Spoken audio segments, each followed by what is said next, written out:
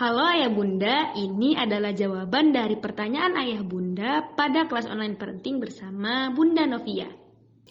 Bunda, saya punya 3 anak, tapi jujur saya masih kesulitan mengidentifikasi secara rinci anak-anak saya termasuk di mesin kecerdasan yang mana. Usia 8 tahun, 3 tahun, dan 2 tahun. Mereka semuanya hobi nonton dan main gadget. Bunda, apakah ada keterangan mesin kecerdasan apa yang biasanya lebih condong ke nonton? Hampir di setiap mesin kecerdasan, kelima-limanya semua anak suka dengan menonton. Tapi coba dilihat reaksi seperti apa ketika mereka sedang menonton. Biasanya anak kiri cenderung akan sangat detail ketika dia mengomentari apa yang dia tonton. Baik itu tokohnya, ceritanya, dan lain sebagainya. Detail sekali dia melihat.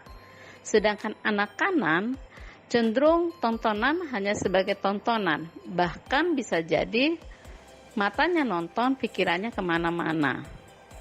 Tidak terlalu detail pada apa yang dia tonton. Sekilas-sekilas saja dia memahaminya. Itu perbedaan kanan dan kiri. Kalau lebih lagi perbedaan atas dan bawah, biasanya anak atas, anak neokorteks, baik itu kanan maupun kiri, lebih cenderung difikirkan atau dibayangkan setiap cerita yang ada, apa yang dia tonton. Kalau kiri, dia biasa menirukan apa yang dia tonton, kemudian dia tirukan, sedangkan yang kanan, dia ceritain aja.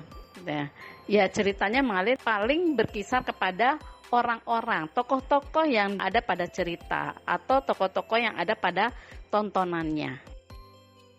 Mulai usia berapa anak bisa ditentukan termasuk dalam kategori dominasi otaknya?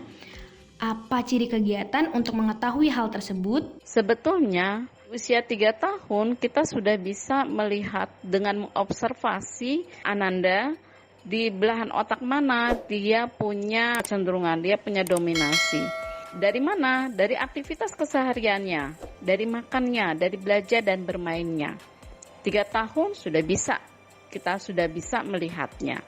Karena aktivitas dia sudah banyak dan kita bisa melihat dengan detail dan jelas bagaimana cara dia berbicara pun sudah bisa kelihatan. Selamat malam, anak saya pernah dites Tiffin masuk ke dalam mesin kecerdasan insting.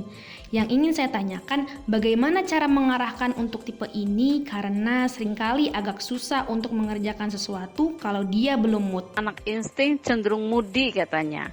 Sebetulnya anak insting tidak moody. Cuman kelihatan moody, kenapa? Karena anak insting melakukan sesuatu karena merespon stimulusnya. Kalau stimulusnya membuat dia senang, membuat dia bahagia, membuat dia berperan, dia akan mau melakukan. Karenanya, kalau jarang distimulus, jarang dikasih rangsangan, maka anak insting cenderung tidak mau melakukan apapun gitu. Terlihat moody, padahal sesungguhnya dia tidak moody. Dia mau melakukan apapun asalkan ada apa? Ada stimulusnya. Ya, ada yang merangsang, ada yang menggerakkan dia untuk melakukan sesuatu. Biasanya yang menggerakkan dia adalah apa yang membuat dia bahagia, apa yang membuat dia senang untuk melakukan.